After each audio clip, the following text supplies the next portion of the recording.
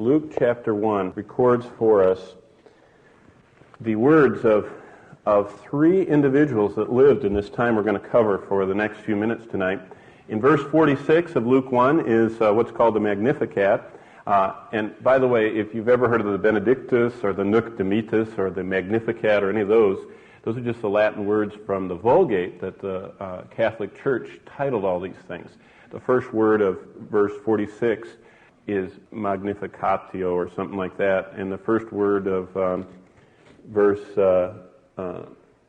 68 is Benedictus, and the first word of chapter 2, verse 29 is Nunc. And so that's where they always named everything after the first words in Latin from the Vulgate. But we find Mary was an intertestamental saint. Do you get it? She was a saint between the Testaments. She was before the New Testament. She shows up in it, but she came around before it. Zacharias, in verse 67, is an intertestamental saint. He's not he's not in the Old Testament. He's in that period, but he's actually in the 400 years. We're talking about between Malachi and Matthew, the people that lived in that. And then Simeon, in chapter 2, verse 29, is another one.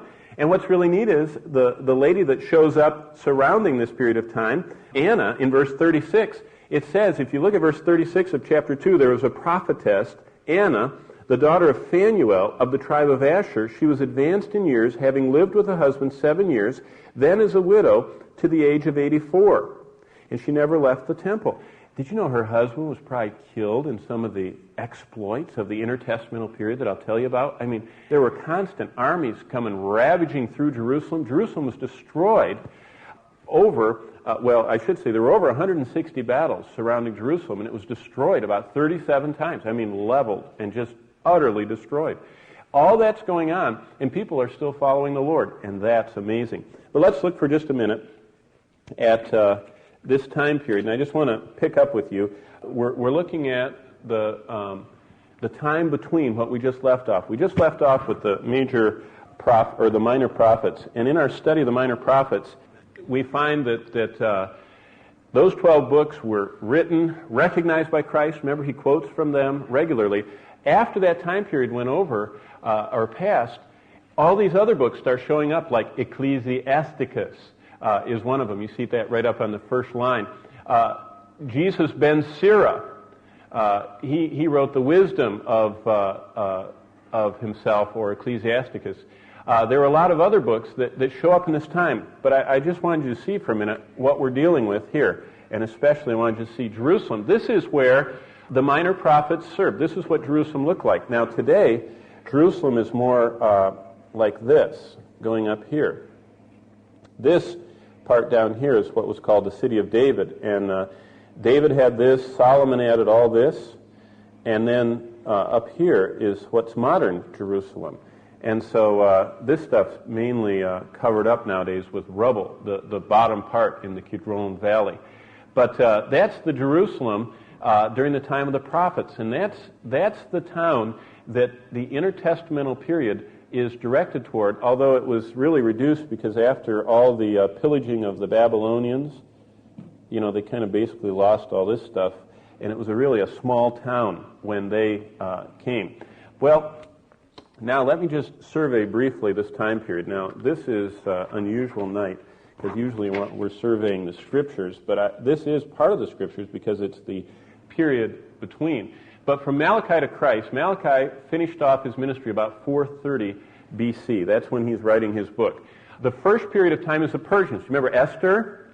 You remember Nehemiah was the cupbearer of the king of Persia? That's the period. That's the group that came over and conquered.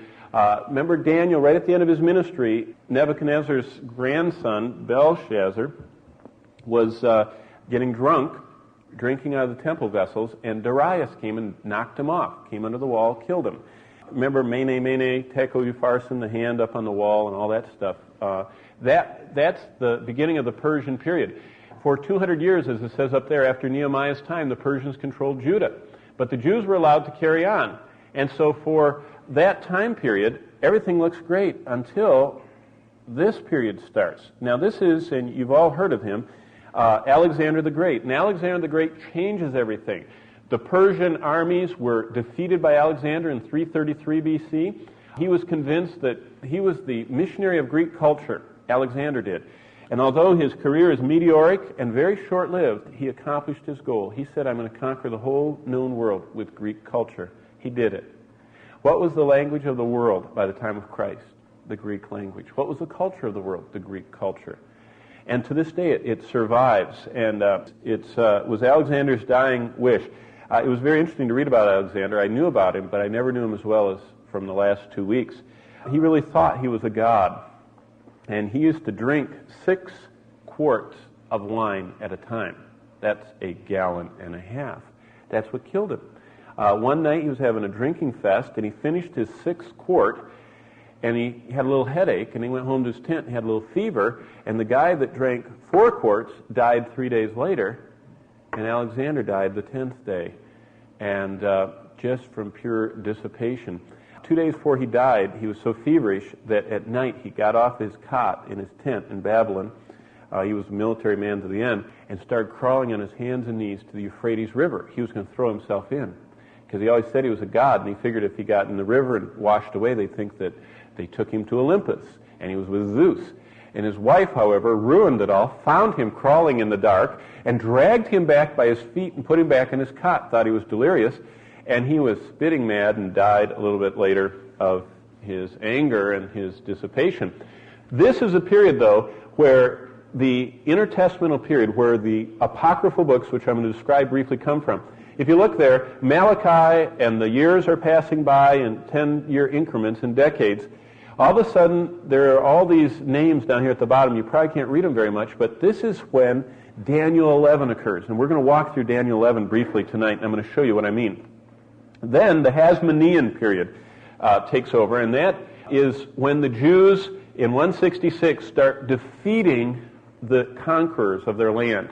And it's a glorious time. This is the Maccabean era. You can find lots of Maccabean coins. I have coins from this period in my office that are kind of neat to look at, to think about the saints that lived in Jerusalem at this time that were serving God. And the basic truth of the Hasmonean period is whenever they sought God, they won the wars.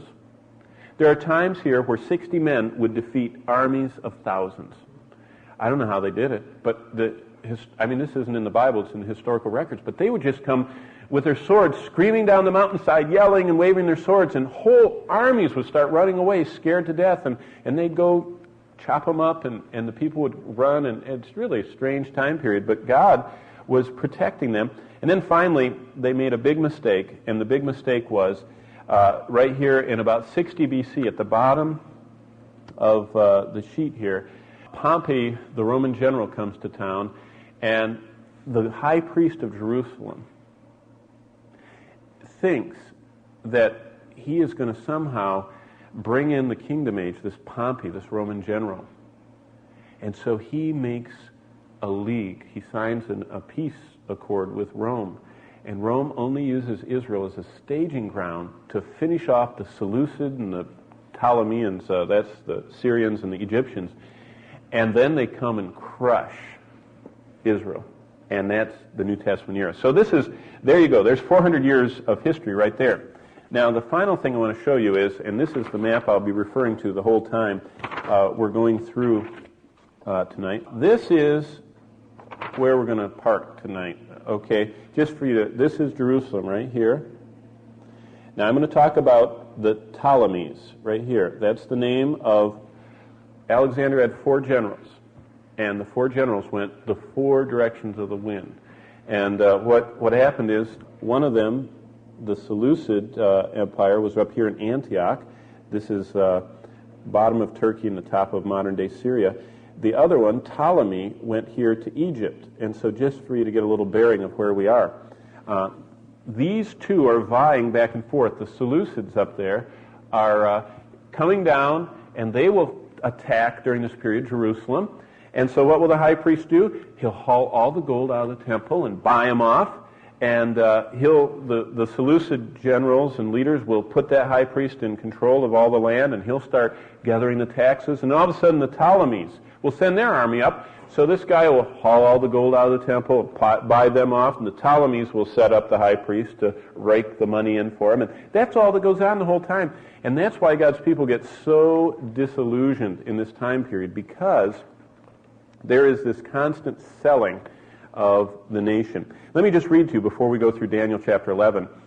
As we finished our study of the last 12 books of the Old Testament, we found the people of the Lord fluctuating between listening to God and refusing to listen to God. Then comes this period we're looking at now, the intertestamental period, the 400 years between Malachi and Matthew. Many call this the silent period. However, it's far from silent. The Word of God maps out the events of the entire period in advance. A study of this period provides a fascinating insight into the world of the Bible. Powerful lessons showing the weaknesses of God's people when they take their eyes off the Lord and His Word. The Jews were triumphant as they kept the Word. They were defeated when they lost sight of the Word. We would do well to remember the lessons that these 4 centuries provide.